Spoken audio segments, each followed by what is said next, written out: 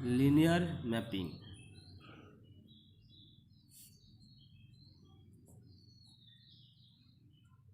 or linear transformation.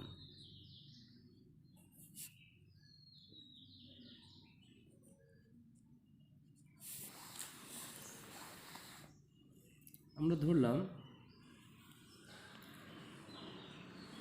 V একটা vector space over the field F and W এটাও একটা vector space over the same field F। এবার একটা mapping T from V to W is said to be linear mapping if ধরো এই V vector স্পেসের আমরা দুটো ভেক্টর নিলাম আলফা এবং বিটা। তাহলে আলফা এবং বিটার যে ইমেজ সেটা ধরো ডাব্লিউ স্পেসে টি অফ আলফা, আর বিটা ভেক্টরের যে ইমেজ ডাব্লিউ স্পেসে সেটা ধরো টি অফ বিটা। এবং আরও ধরলাম যে এই আলফা এবং বিটা এদের যোগফল ধরো এই এলিমেন্টটা আলফা প্লাস বিটা এবং এই এলিমেন্টের ইমেজ এটা ধরো T of alpha plus beta. যদি এরকম হয় যে T of alpha plus beta মানে এই ইমেজটা ইকুয়াল টু এই T alpha plus T beta, T alpha plus T of beta, যদি এরকম একটা কন্ডিশন স্যাটিসফাই করে এই ম্যাপিংটা।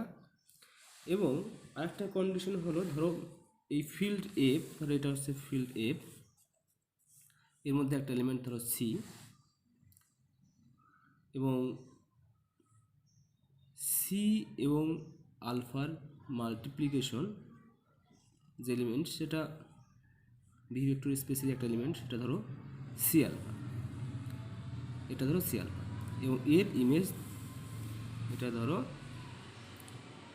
টি অফ সি আলফা। যদি এরকম হয় যে এই ইমেজটা T of C alpha, 2 number condition, T of C alpha equal to C element এবং টি অফ আলফা এলিমেন্টের মাল্টিপ্লিকেশন, ধরো সেটাও একটা এই ডাব্লিউ স্পেসের এলিমেন্ট হবে C into T of alpha, মানে টি অফ সি আলফা এটা ইকুয়ালটা হবে কি C into T of alpha, C into T of alpha. যদি এরকম একটা mapping T from V vector space to W vector space যদি এই দুটো কন্ডিশন স্যাটিসফাই করে যে T of alpha plus beta equal to T alpha plus T beta and T of C alpha equal to C into T alpha, যেখানে alpha beta belongs to V and C belongs to F, তাহলে আমরা বলবো কি যে T হলো linear mapping or linear transformation. আমরা কি বললাম যে let V and W be two vector spaces over the same field F. A mapping T from V to W is said to be linear mapping or linear transformation if it satisfies the following conditions. 1 number condition, T of alpha plus beta equal to T alpha plus T beta for all alpha beta belongs to V. 2 number condition T of C alpha equal to C into T of alpha for all alpha belongs to V and C belongs to F. এটাকে linear বলা হচ্ছে কারণ alpha beta degree 1, সেই জন্য এটা linear. T of alpha plus beta equal to T alpha plus T beta. এবার যদি এরকম হয় যে এই T is a mapping from V to V, মানে সেম ভেক্টর স্পেস থেকে ম্যাপ করছে নিজের উপরেই, তাহলে সেক্ষেত্রে আমরা বলবো যে T is the linear mapping on V. এবার এই ডাব্লু মানে ইমেজ বা রেঞ্জ সেট, এটা যদি এফ হয় মানে ফিল্ড হয়, মানে T is a mapping from V to V হলে আমরা বলি linear mapping on V, linear mapping on V. আর টি যদি একটা mapping from V to field হয় তাহলে আমরা এটাকে বলি, মানে এই দুটো কন্ডিশন স্যাটিসফাই করার পরেও তখন আমরা বলি লিনিয়ার ফাংশনাল।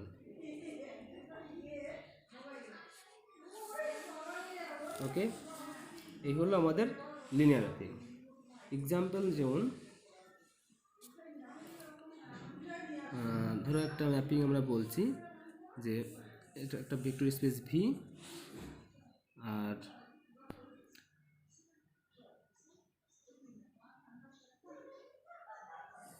একটা ভেক্টর স্পেস সেটাও ভি, আবার দ্য সেম ফিল্ড এফ। এবার একটা mapping T from V to V যদি এরকম হয় যে এই জায়গার একটা আলফা এলিমেন্ট, তার ইমেজ সেটা টি আলফা, এবং এই টি আলফা সেই আলফার সঙ্গে সমান, মানে T is a mapping from V to V such that T of alpha equal to alpha. এটা একটা লিনিয়ার ম্যাপিং হয় এবং এই ম্যাপিংটার নাম হলো identity mapping. Identity mapping.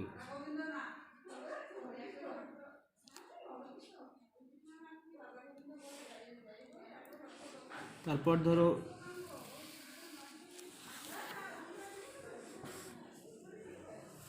V একটা vector space over the field F and W is a vector space over the field F.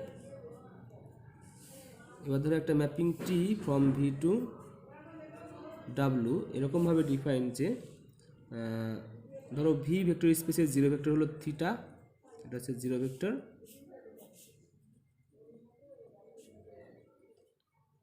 R W vector স্পেসের zero ভেক্টরটা হলো ধরো থিটা ড্যাশ। এবার যদি এই থিটার ইমেজ এই থিটা ড্যাশ হয়, থিটার ইমেজ কী হয় টি থিটা, সেটার ভ্যালু যদি থিটা ড্যাশের সঙ্গে সমান হয়, অর্থাৎ T is a mapping from V to W যদি এরকম হয় T of theta equal to theta dash, যেখানে থিটা হলো ভি এর জিরো ভেক্টর আর থিটা ড্যাশ হলো ডাব্লিউ এর জিরো ভেক্টর, তাহলে আমরা এই ম্যাপিংটাও একটা লিনিয়ার ম্যাপিং বা লিনিয়ার ট্রান্সফরমেশন, এবং এই ম্যাপিংটাকে আমরা বলি জিরো ম্যাপিং। এই ম্যাপিংটাকে বলি জিরো ম্যাপিং।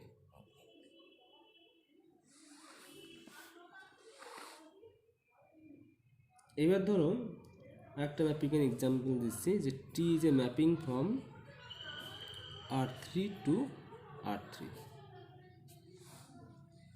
R3 কি, আমরা R3 মানে জানি কি যে একটা 3 টাপল ফার্স্ট ব্র্যাকেটের মধ্যে 3খানা এলিমেন্ট, এই ধরনের এলিমেন্ট এর কালেকশনকে আমরা বলছি R3, যেখানে এই xi-গুলো হলো সব আর রিয়েল নাম্বার। এটা হচ্ছে R3 এলিমেন্ট এই ধরনের টাইপের। তো T is a mapping from R3 to R3 define by এরকম যে T of x1 x2 x3 equal to x1 x2 0। এই x1 x2 x3 হলো এই R3 এলিমেন্ট, আর x1 x2 0 হলো এই R3 এলিমেন্ট। এটা একটা লিনিয়ার ম্যাপিং হবে। আমরা যদি চেক করি দেখতে পাবো, সাপোজ ধরো alpha equal to x1 x2 x3 আর beta equal to y1 y2 y3, এরা R3 এলিমেন্ট, এই R3 এলিমেন্ট। তাহলে আলফা প্লাস বিটা কী হবে? সেম পজিশনের এলিমেন্টগুলো যোগফল, অর্থাৎ x1 plus y1 x2 plus y2 x3 plus y3। তাহলে টি অফ আলফা কী হবে? মানে T of x1 x2 x3, এটা হলো এই ডেফিনেশন অনুসারে x1 x2 0। আর T of beta equal to কী হবে? টি অফ বিটা মানে হচ্ছে y1 y2 y3, এটা হচ্ছে বিটা, ইকুয়াল টু হবে এই ডেফিনেশন অনুসারে y1 y2 0। আর T of alpha plus beta কী হবে? আলফা প্লাস বিটার ভ্যালু হলো এটা x1 plus y1 x2 plus y2 x3 plus y3, এবং এর ভ্যালু কী হবে এই ডেফিনেশন অনুসারে x1 plus y1 x2 plus y2 0। এটা ইকুয়াল টু আমরা লিখতে পারবো x1 x2 0 plus y1 y2 0। এই দুটো যোগ করলে এটা হচ্ছে, এটার মান হলো টি অফ আলফা আর এটার ভ্যালু হলো টি অফ বিটা। তার মানে ফার্স্ট কন্ডিশন লিনিয়ার ম্যাপিংয়ের স্যাটিসফাই করছে। সিমিলারলি যদি আমরা সি অফ আলফা নিই, তার মানে সি অফ আলফা মানে x1 x2 x3 equal two cx1 cx2 cx3। তাহলে টি অফ সি আলফা নিলে কী হবে? T of cx1 cx2 cx3, এবং এই টি এর ডেফিনেশন ইউজ করলে আমরা কী পাবো? পাবো হলো cx1 cx2 0, সি কমন নিলাম x1 x2 0 equal to C into এটার ভ্যালু হলো T of alpha.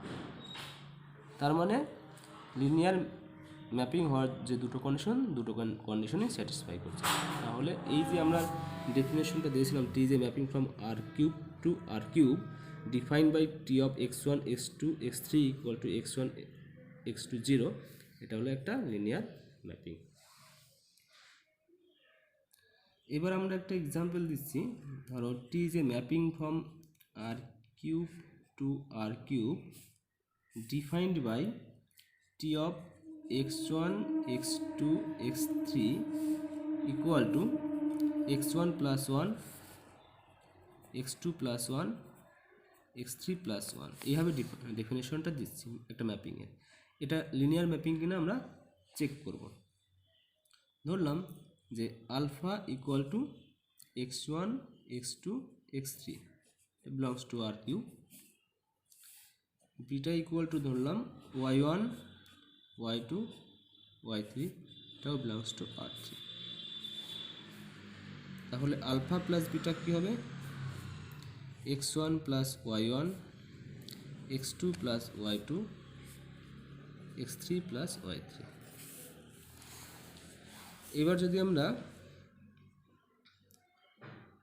T of alpha নিই, তাহলে তার ভ্যালু কী হবে? T of x1 x2 x3, এটা হবে এই ডেফিনেশন অনুসারে x1 plus 1 x2 plus 2 x3 plus x1 x2 plus 1 x3 plus 1। আর T of beta equal to কী হবে? T of y1 y2 y3 equal to y1 plus 1 y2 plus 1 y3 plus 1 এবং T of alpha plus beta equal to কী হবে, T of alpha plus beta মানে এই ভ্যালুটা x1 plus y1 x2 plus y2 x3 plus y3 এবং এর মান হবে ডেফিনেশন অনুসারে কি x1 plus y1 plus 1 x2 plus y2 plus 1 x3 plus y3 plus 1 এবং একে আমরা লিখতে পারবো x1 x2 x3 plus y1 y2 y3 plus 1 1 1। এইটা হলো টি আলফা, এটা হলো টি বিটা এবং এক্সট্রা একটা টার্ম থাকছে, তার মানে কী দাঁড়াচ্ছে T of alpha plus beta এটা not equal to T alpha plus T beta, কারণ তার সঙ্গে আরও একটা এক্সট্রা এলিমেন্ট রয়েছে।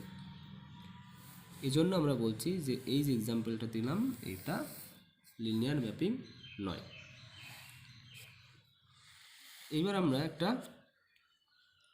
থিওরিম আলোচনা করব। থিওরিমটা হলো let T be a mapping from a vector space V to a vector space W over the same vector field F.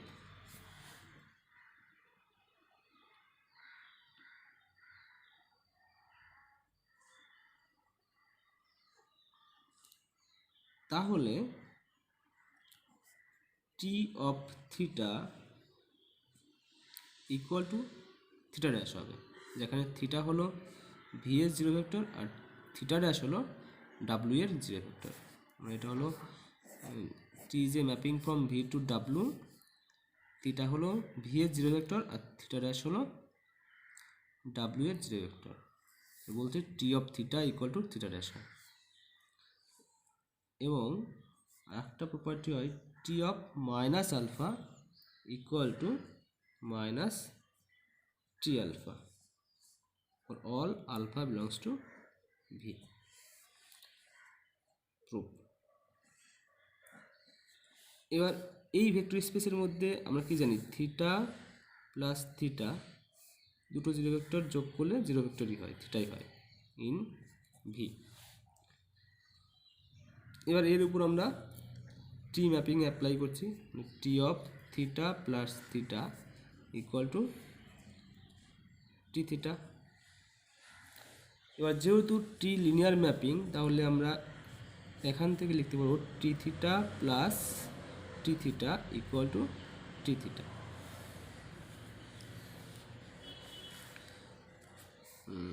এরকম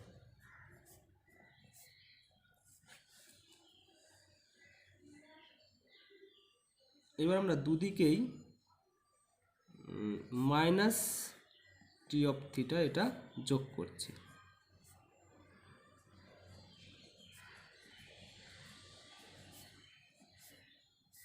বাদিকে মাইনাস টি অফ থিটা যোগ করছি, মানে এই লাইনটা সেম আছে এটা এবং এটা, দুদিকেই মাইনাস টি থিটা যোগ করলাম। এবার যেহেতু ভেক্টর স্পেস তার মানে এরা অ্যাসোসিয়েটিভ প্রপার্টি হোল্ড করবে, মানে এই দুটোকে ব্র্যাকেটের মধ্যে লেখা যাবে minus T of theta plus T of theta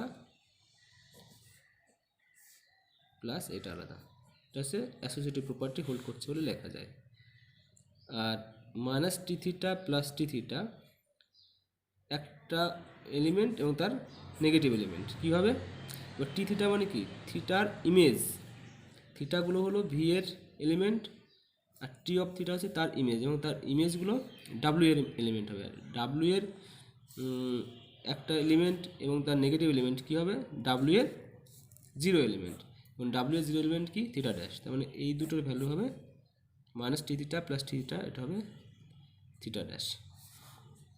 similarly এটার ভ্যালু হবে theta dash plus T of theta equal to theta dash.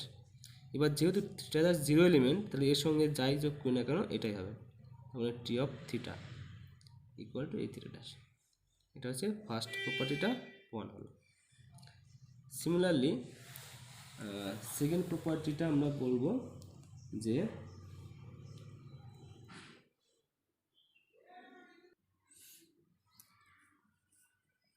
Alpha plus minus alpha এই ভি ভেক্টর স্পেসের মধ্যে একটা আলফা প্লাস তার নেগেটিভ এলিমেন্ট মাইনাস আলফা কী হবে, যোগ করলে এই ভি এর জিরো ভেক্টর হবে, ভি এর জিরো ভেক্টর থিটা।